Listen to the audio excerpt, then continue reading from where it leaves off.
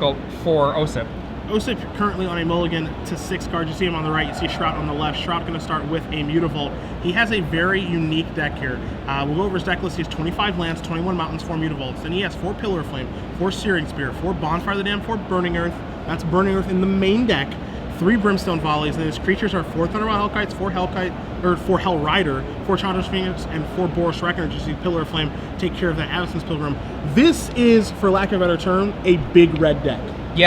Yeah, I mean, the thing about this deck, you're like, oh, why doesn't he have any plays? He's not going to be able to... No, that's not what this deck needs to do. On turn 3, he can lay a Phoenix. Let's see if he's got one.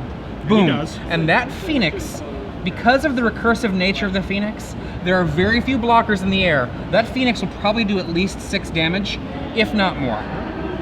So now here comes Flinthoof Board. This little piggy coming into the red zone, going to knock Shrout down to 17, because he does have a Stomping Ground. Now there's a Loxodon Smiter. And now Shrout will untap, he will draw, see what he finds, and if he's going to keep going to the sky or not. Osyp is not to be, overlooked here. 7 power on the table. Andrew Shrout already in a position where he's in real trouble in a race. Yeah. Now the mono red deck, this is a very, very different deck. He's 3-0 right now. Shrout did not have any buys at this tournament either, so he's 1-3 the hard way. And, you see a deck that has Burning Earth in the main deck, it makes you really question, okay, like, what's going on here? Is he taking a calculated risk, hoping it's paired against Jund every round? Or is this deck the real deal? Don't know. I mean, he's 3-0 so far, 3 legitimate wins, 0 buys, so we're going to find out. If you're just joining us, I'm Adrian Sullivan, here in the booth with Cedric Phillips. On the left, Andrew Shrout drops that Burning Earth, sits back with Chandra's Phoenix. The Chandra's Phoenix now on D.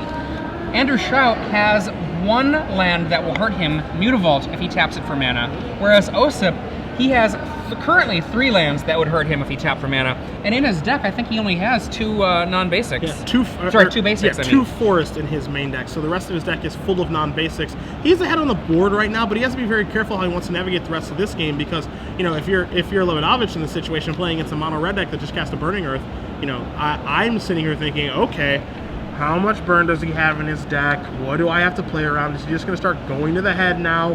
How does this work? And you see him really pondering his turn about, what am I going to do? What am I going to attack with? Take a look at the Chandra's Phoenix. How does this work? This one's new again. It's a little old school, but it's new again now. So how does this work?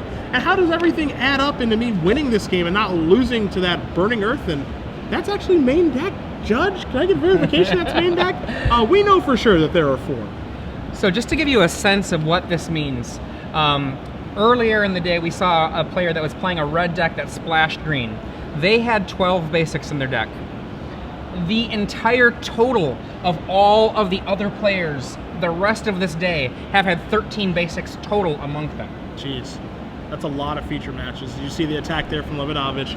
Smiter and Boar come in, going to chump block the Smiter. Temple Garden going to play untapped, going to knock Lebedowicz down to 14. 2 triggers, going to put him down to 12. Scavenging Ooze going to eat that Phoenix, so he's actually not going to gain any life, because Ooze is going to gain him 1 with Burning Earth, it's going to deal him 1. So it looks like Lebedowicz is going to be down to 12 when it's all said and done, but he's got a good board. Yeah, he's got a really, really good board. Now, Andrew here, if he gets a Bonfire, nope, would have been in a pretty good Bonfire moment. Yeah, would have been doing a little bit better. Now, of course, if he does draw Bonfire the following turn, he's still doing pretty gosh darn good. We're going to see what he's going to play here. It looks like he's going to have to take 1 and go down to 13. 5 mana. All right, Thundermaw Hellkite on defense, maybe? That's a good defender unless Osyp drops a Thundermaw. Well, Osyp is at 12. So he can attack your can Shrout, put Osyp down to 7, take this next attack right on the face, 4, 5, 6, 7, 8, 9, 10, go down to 3, and hope that he doesn't die. And then I'd like to believe he has some sort of reach. Osyp untapped really quickly. Yeah, he sure did, didn't he? Draws his card.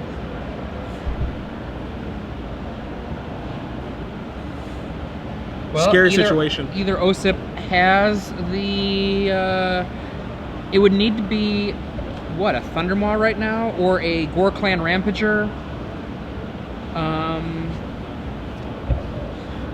Rampager will get the job done. Thundermaw is kind of interesting, right? Because if one of the lands is like a Ravnica dual land, you have to play it untapped and he would die. So this Burning Earth, you can see the kind of the agony on his face. It's making things pretty difficult right now for Lebedowicz. Again, main deck Burning Earth. Main deck. You see people take it's kind of rare that you see people take a gamble like this. This could backfire badly for Shrout in this metagame. But if he's got the metagame pegged the way that he thinks he does, where everyone is so non-basic happy, this works out great. I talked with Andrew about this, and I talked with another player about this, and they both playing Burning Earth main said this. They said that right now, people are playing a lot of non-basics, but they won't be very soon. Yeah. He said very soon people are going to change because this card is going to force them to. And I wholeheartedly agree. This is a unique effect. It's incredibly powerful. And you see, I mean, take a look at this game. Lebedowicz, when he passed his turn, there was a Burning Earth on the table. That is it. And he had a 4/4, a flinch of 4, and then he had a smiter, a flinch of 4, and that 3/3 ooze. He comes back to his turn at 7. All Shrout did was play and land on the Thunderball Hellkite. That's it. And now Lebedowicz is racking his brain of, oh my goodness, I was so far ahead. What am I supposed to do? Can I even win? You know, what are my outs? Do I need Shrout to have nothing? That's the effect that a single Burning Earth has had on this game. And the funny thing is if Shrout has nothing, he still can attack with a Mutavault for the kill. Yep, because he's representing 7 damage. That Mutavault plus that Thunderball Hellkite, 5 plus 2 for you math majors at home is still 7. And in comes now some of the team. That is very telling. Lebedowicz can't send with the boar, sends in for 4, 5, 6, 7. Now Shrout's at 6. He draws his card. Does he have a burn spell? Does he have a Chandra's Phoenix? Does he have Bonfire the Damned, hard cast for 2? He can have so many things here. But on the flip side, Lebedowicz could have something as simple as a Selesnya Charm. He has 2 of them in his deck to take care of that Thunderball Hellkite.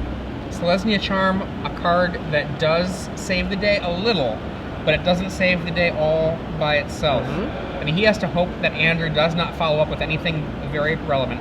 I think I see is that another Thundermaw? It does look to be. And on the surface, that gets the job done. But, you know, you see Shrout, he doesn't know Lebedowicz's list. And that's a very real thing. So he doesn't know exactly what he needs to play around. You see a shoulder shrug, a Thundermaw Hellkite, a trigger, and is it... Well, it is going to... I mean, Celestial Charm's not going to save him. Yeah, Cell Charm doesn't do it anymore. Double Cell Charm does it. But double Cell Charm would have been the kill anyway. That's correct. And that is going to do it. So Andrew Shrout shrugs his shoulders. Pretty good card to be shrugging your shoulders with. Again. Yeah. I just got Thundermaw Hellkites. That's all I got, my man. Mono Red up 1 over the Pro Tour champion with his Naya aggro deck. Because we're going to move to the sideboards here, Adrian. Yeah. I want to start with Osyp because he's going to be on the play. And this is where a player can get an advantage by playing an unknown strategy. Yeah. Lebedowicz has seen Chandra's Phoenix, he's seen Thundermaw Hellkites, he's seen a Mutavault, and he's seen a main deck Burning Earth. You take a look at his sideboard here, he's got a Mizium Mortars, he's got 2 Rave Revelation, 2 Rest in Peace, 1 Triumph of Ferocity, 2 Assemble the Legion, 3 Pillar of Flame, 1 Bonfire the Damned to go along with his 3 main deck, 2 Boros Charms, and a Selesnya Charm. Yep. You don't really have a great idea what Andrew Shrout's playing. Well, actually, I think that you have an idea, but you're wrong. You know what I mean? Sure. I think that you expect that what happened is Andrew did not draw the Cackler part of his deck. Yep. And so it's very reasonable to play a card like Bonfire against that, when actually, I think Bonfire is kind of bad against Andrew. It couldn't be any worse against Andrew. You take a look at his cards, you're never going to sweep anything like you would against a normal red deck. He's got, again, Boros Reckoner, Chandra's Phoenix, Hellrider, and Thundermaw Hellkite. You might be your Bonfire's going to trade 1 for 1. Yeah. You know, and deal some points of damage, of course. I mean, like the Pillar in Osyp's board, you would probably end up bringing that in.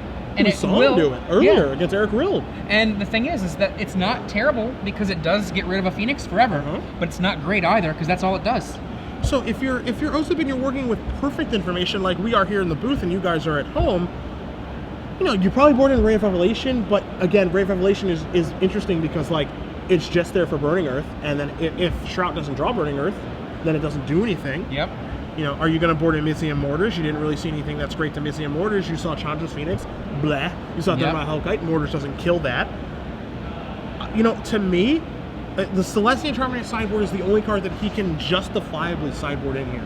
You know, I mostly agree with you. However, I think that when I don't like Ray of Revelation or Disenchant effects against a card like, say, Burning Earth, the reason I usually don't like them is from the classic Mike Flores concept of threat theory, answer theory, which, you know, he took from somewhere else. But the thing about it is, you don't want to be the one trying to find the answer that's dead if they don't have the threat. Yeah.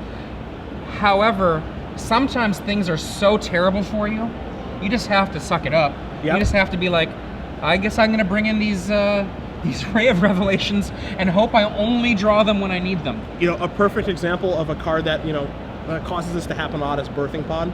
That's where fair. people have, you know, cards like Pithing Needle, or they have naturalize effects, and they're like, yeah, I have to kill that Birthing Pod. And what some people don't realize is the Birthing Pod deck just goes, I can operate perfectly fine without Birthing Pod. My deck just goes on steroids when I do have Birthing Pod. So you boarding in a disenchant effect, that's exactly what I want. Yeah, I don't rely on Birthing Pod. It's just very good when I draw it. Now, Andrew, he has a couple of things that he can do that are of use. Mizzium Mortars for him is actually very good. Yes. You know, he actually gets a lot of value out of Mizzium Mortars, and that's a card that he can bring in. But then the thing is, he wants to still maintain a deck that can finish the game, right? So you don't want to take out too many things, but he does have all of these other kind of cards like the Searing Spear, Pillar of Flames. They're useful, but they're not great. But mostly I'm looking at Bonfire. Do you like Bonfire in this matchup? I don't like it because hard casting it is going to do borderline nothing, and you have to get yourself in a perfect situation to miracle it for the relevant amount. I am totally in agreement. My expectation is what we're going to see is 2 Mizzium Mortars brought in, and I actually think he's going to bring in Ratchet Bomb. Okay. Now, the reason that I think he's going to bring in Ratchet Bomb is it can kill. He doesn't know that Osyp has Huntmasters or not. Sure. But it's brought in against Huntmasters, and then it's also brought in against the combination of Boros Reckoner / Loxodon Smiter. They can put a Fortress down of these 3-drops, and if you blow up your Ratchet Bomb, it's okay that it took a couple of turns, because you're not actually losing anything on your own side. And you certainly don't. You don't hate that it kills Scavenging Ooze as well. Yeah. You see, both players are going to keep their 7 cards. We got a stomping ground here for Lebedowicz on his first turn. He's going to play a Sunpetal Grove. Going to follow it up with a Voice of Resurgence, as we see Mr. Shrout here. Again, a Louisville, Kentucky native. Pro Tour top 8 at Pro Tour Dragon's Maze just a few moons ago, excuse me, as he's going to take 2 here from that Voice of Resurgence. Lebedowicz going to follow up with a Loxodon Smiter. He says that he is a moto grinder, and he needs his laptop to be able to live from day to day. That's fair. Boros Reckoner down. Now, if Andrew feels like he's on the D, Reckoner is a good guy on the D. Osyp, if he comes in here and does not stop and kill that Reckoner first, will have to trade at least one of his creatures away. Uh-huh. And, you know, depending on what Shrout's hand here is, if Lebedowicz just stacks with the Smiter, Shrout just might go, all right, let's just trade. Boom. Yep. And target this. Yep. Yeah, and let's just get this off the table. Which Fine is by this him. is a good turn for him. If he just wants to make the game go super long, as you're going to see Lebedowicz play a Boros Reckoner of his own in a Gavany Township, then this is working exactly how he wants it to. Are we going to see another Burning Earth here where he is behind on the board? I mean, him being behind so far, it's actually so kind of bonkers when you have Burning Earth as compared to Mana Barbs. Mana Barbs hits every land that gets tapped. Burning Earth only hits non-basics. It's much more reasonable to drop it when you know that it's only going to be your opponent that gets hurt. Here's 3 mana. Here's another Boros Reckoner from Shrout. He's going to pass the turn back. Reckoner is such a great card, too, because it's great on offense, great on defense. Here's one that's always good on offense. There's a Thundermaw Hellkite there from Lebedowicz. He is going to be the aggressor here in this matchup, knowing that Shrout has to play defense and does not want to be in a situation that he was in last game, where Shrout was able to turn the corner. Lebedowicz couldn't finish him off, and then another Thundermaw got the job done for Shrout. Now you see Osyp here deciding, does my Reckoner come in? Osyp, one of the great players of the game's history. It's cool to see him out there battling it out. It's been a long time since I've watched him play. Agreed. Again, Hall of Fame eligible. Don't think he's going to make it this go around, but doesn't mean he can't make it in future years. As you see him pondering how he wants to attack it. All in. I like it. Everybody's going to get in. I do. I like it because it puts Shrout to the test. Make him make a decision. You know what you have. You know that, your Thundermaw Hellkite's potential draws of more Thundermaw Hellkites. You just want to get this game over with. You don't want to allow him to get set up. Yeah, I like him. If I'm Shrout here, and obviously there's many choices one could make. Personally, I like blocking the Reckoner and giving it first strike. That kills his Reckoner. His Reckoner will trigger and kill your Reckoner. You kill the Voice. The worst case scenario for you is still pretty good. Alternately, you could block the Voice here, just eat up the Voice, leave the Reckoner to hit you. That knocks you down to 10, or down 8 life down to 10. Keeps you with your Reckoner, but also keeps him with his. Yeah, the Reckoner battles are kind of interesting, too, because there is also the argument to be made that Lebedowicz his Reckoner ends up taking 3 from first strike, and he just says, all right, Shrout, you take 3 as well. Yeah. I don't care about your Reckoner. Lots of choices. Yeah, so are we going to play the Reckoner ping pong game? No, he's going to eat up eat up a voice. Half a voice. A token is left behind it. A token is no slouch. It's a 3/3 at least.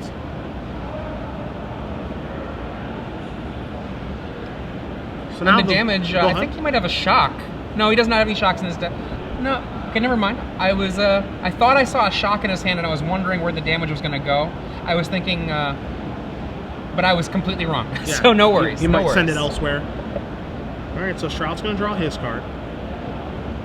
Now, not the best time for Burning Earth. Now he's actually got to get some things done here. And 2 from the Reckoner got sent to Osyp. Okay.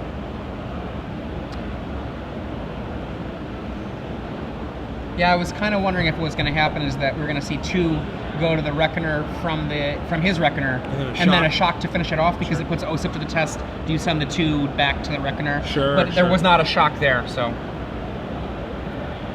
And now Andrew, he's chuckling over something in his hand. I can't quite make it out. I'm not sure if Andrew can make it out either. If you're listening earlier, these are not his glasses. His glasses were lost. Yeah. He's piloting a little half blind. I see a Mizium Mortars. Yeah, but can't overload it right now. And honestly, this is one of the poorer times that even if he could overload Mizium Mortars, would not be so great. Reckoner would take 4. It would get to send 4 damage somewhere. Wouldn't take care of the Thundermaw Hellkite. So Mizium Mortar as well. It does have a lot of upside in this matchup. It certainly is not very good right now. So what is he going to do? There's a Mutavault. That's a good one. Is he going to get into the... Wow. Ooh. That's exciting. I did not expect to see this. So now this is an attack here from Shrout. He's going to send Boros Reckoner into the red zone. I think I see a Brimstone Volley in his hand. This is surprising. What is he up to? Osyp suddenly looks at his hand and he's like... If you're Lebedowicz, I think this is the last thing you expected to see happen this turn. Look at that. Yeah. Look. Oh, looks to the sky for a moment. Yeah, I'm at 18. You're at 10. You're attacking me. Yeah, he's like, I don't want to make you into Johnny Chan somehow. God. You know and this is the benefit of playing an unknown quantity yet again. This attack from Shrout is just it makes Osyp think so much and potentially overthink. What do you have in your deck, man? I don't know what's in a mono red deck with main deck Burning Earth. What's going on here? As he's just going to play another Boros Reckoner and pass the turn back. It really, really makes you think about what is in my opponent's deck. I have no clue. As informed as you can be on this format, and a lot of players in this room are informed trying to win this invitational, you've got very little idea what's in Andrew Shrout's mono red deck. Thankfully, we have deck list, or we'd be guessing right along with Shrout. Osyp here has a Reckoner of his own. I think I see another voice.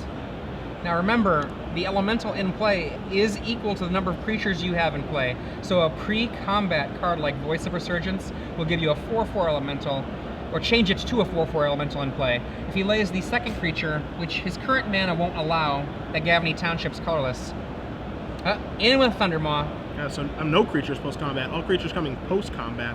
There's another Reckoner. I wonder if Osyp was thinking this, thinking about Blasphemous Act as a thing that Andrew might be doing. Yep. And then, you know, just trying to wonder if that would get there or not. Right now it would not get there because of Andrew doesn't have it, but even if he did, since they both have Reckoners, the active player, not active player would mean that Osyp would win should a, you know, imaginary Blasphemous Act hit. Shrout draws his card, and he is just going to concede the game. And you saw the way that he drew his card. He set it down for a very long time. That could be a Bonfire of the Damned, or that could be a ploy. Yeah. That's the interesting thing about that situation, where it looks obvious. You know, it's very easy to say, oh, Bonfire of the Damned, well, you can't cast that because I've got out 2 Boros Reckoners. Ha ha ha. Andrew Shrout, yeah, go ahead. That could be Andrew Shrout saying, hey, I want you to think about Bonfire of the Damned for the next game because I have 4 in my main deck that I have sideboarded out. And maybe you'll be scared about playing around me miracling one. Andrew Shrout is on the left here, playing mono red. Longtime Star City Games watchers might remember him way back when. Basically, he is the person that was the first guy to win with Red Blue Delver. That's correct. In Legacy. Yep. And That list, I think, basically kind of changed how people thought about Legacy and made them realize, there's a lot of other ways to do this. Yeah, you don't have to be Rug Delver every time. You can be Blue-Red with Price of Progress and, some counter spells and some Wastelands and some Disruption, and maybe even the addition of Young Pyromancer from M14 slides into that deck as well. We will see. Yeah, that begins next round. Legacy, my favorite constructed format. But right now, we have a third game between Andrew Shrout on the left, Johnny Hot Sauce as he's known online, and Osyp Lebedowicz. Now, honestly, Andrew Shrout on the play here, he does not get as much value on the play as most red decks do. There's still value for him because it means Osyp's coming out the gate a step behind him with his Smiters and his Reckoners. But unlike a lot of other red decks, Andrew does not go 1-2 punching on the first turns. He waits till turn 3. And honestly, I think that's actually a good thing for Shrout here in this particular matchup, because we saw a little bit earlier in round 1, we had Lebedowicz versus Eric Rill in a feature match. Lebedowicz dispatching of Rill pretty easily in 3 games. And I think that if you're Shrout, you're probably happy that you're not playing the Rakdos Cacklers and Strongkirk Nobles of the world, because Lebedowicz's cards are so good against that deck, and he even has some more tools in his sideboard, that, that matchup would be unfavorable, where this one at least is winnable or even potentially favorable. One of the things that if I were Andrew, one of the things I would wish I had was Zealous Conscripts in my sideboard. There are none of those. But I mean, in a match like this, where there can just be some huge monster, if you just have one creature in play that can attack, and they go Smiter to hold you off, if you follow up with Conscripts, that usually is all she wrote. Yep. And right now, I know, talking with Andrew a couple of days ago about this list, he wasn't 100% settled on his sideboard, but I really like how it looks. Those of you who are curious at home, 3 Ratchet Bomb, 3 Possibility Storm, an amazing anti-control card, 3 Shock, 2 Rolling Temblor, 2 Mizium Mortars, 2 Chandra Pyromancer. And if you're just joining us and you're wondering, well, where is his Burning Earth? Isn't that good in his deck? There are 4 in the main. He did not bother sideboarding them. He was main decking them because that's just the world he sees right now at this tournament. And it's very funny to see, a card like Burning Earth in the main deck and Chandra Pyromaster, a card that people are wondering if that's going to be a thing. Is it going to be a player or not? And it's in the sideboard. We'll see if it's ever going to move to the main deck or not, as we do have an update on our back table result. Jerry Thompson wins game number 1 over Brian Braunduin. That's correct, game number 1. Nice. So that match could be taking a little while here, and if with any luck, we'll be able to cut back to that one after this one is over. But we got to decide a winner here first. We don't want to get too far ahead of ourselves before we go to Thompson Braunduin. I've got an answer for your question about Chandra Pyromancer. The answer is yes, it will be a player. You think so? Oh yeah. And in play, Mountain Go.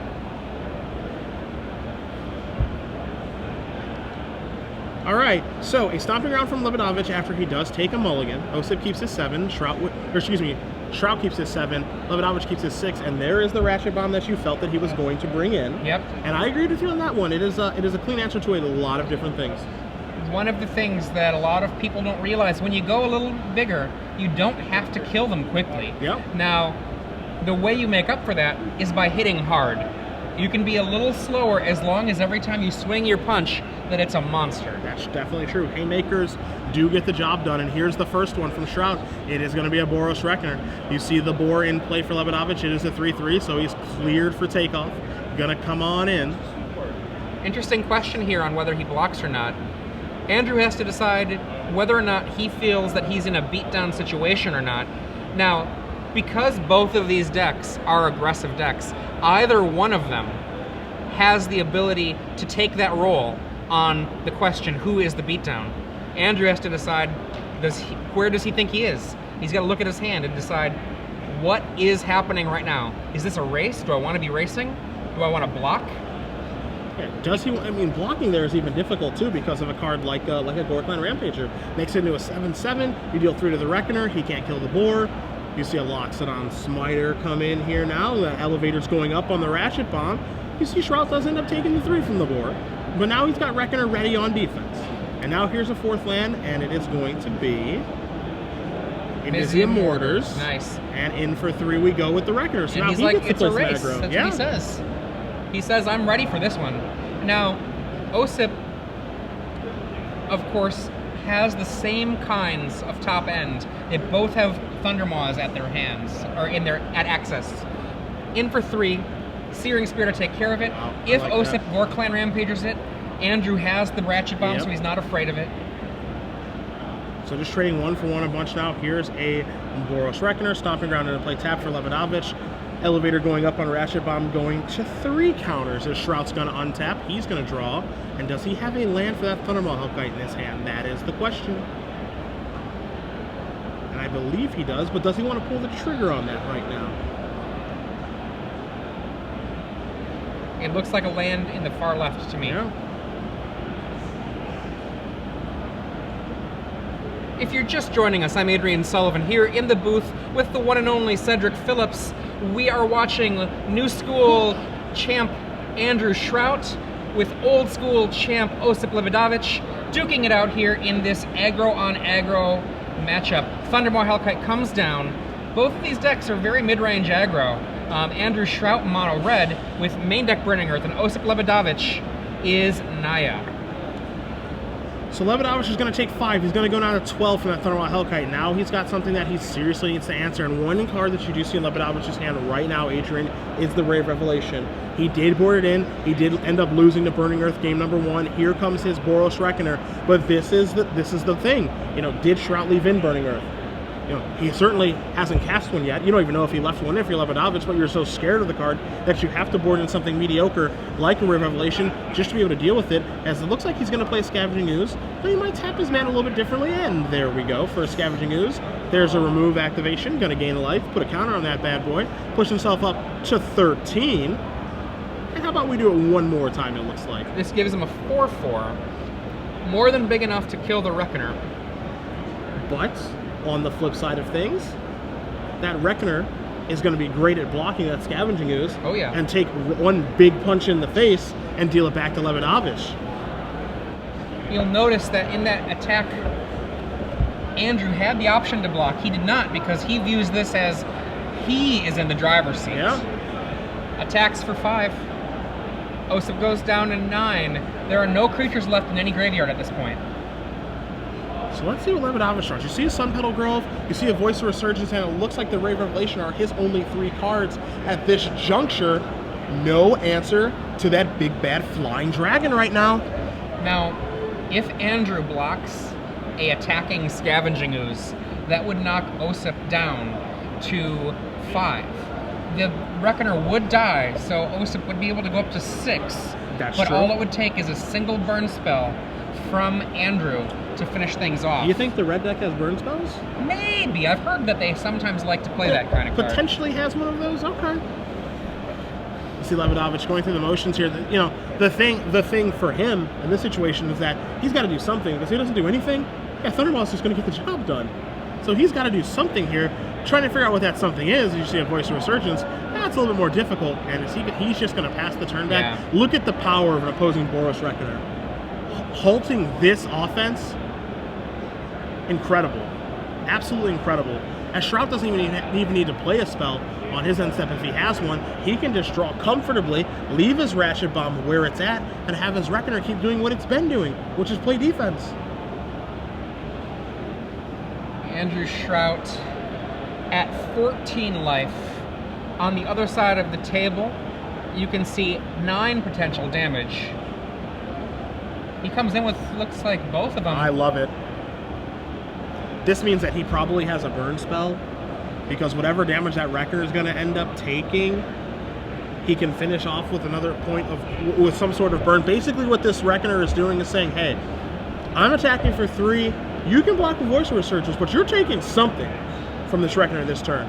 There's no way you're taking nothing, because I have no reason to give this first strike unless I absolutely want to. Also, Shrout can keep in mind that there is only one Scavenging Ooze activation depending on how things go.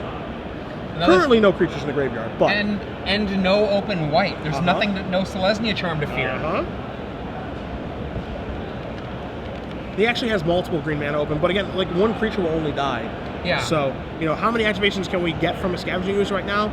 For Lebedowicz, you know, there are no creatures in the graveyard. Maybe after the dust settles, with some Reckoner effects on the stack, that can happen. But it's going to be very, very difficult to gain a lot of life, and you see how difficult of a situation this is for the Pro Tour Venice champion. Osyp going through all of the options. He's got that Ray of Revelation, not of any use in his hand right now. The other card, I did not see it. Is it Sitting with just a land. a land Yep. and a... Yeah. So here's your block. Boros Reckoner stepping in front of an opposing Boros Reckoner. Shrout says triggers. Going upstairs. There's a serious Boom. spear, and that That's is it. gonna do it. So Andrew Shrout is going to win this game. 2 matches to 1. Mono red, a bit of a brew. 4-0 through the standard portion. Perhaps we can have a little sit down with him in the sideboard, see what he was thinking playing this deck this weekend. Certainly worked out, even though he lost his glasses. He won 4 matches, and this might be a real strategy moving forward. Lebedowicz's first loss, he moves down to 3-1, off to a perfectly fine start. But if you're Andrew Shrout, you have to be absolutely thrilled. Your gamble, quote unquote, paid off. Right. I mean, knowing Andrew,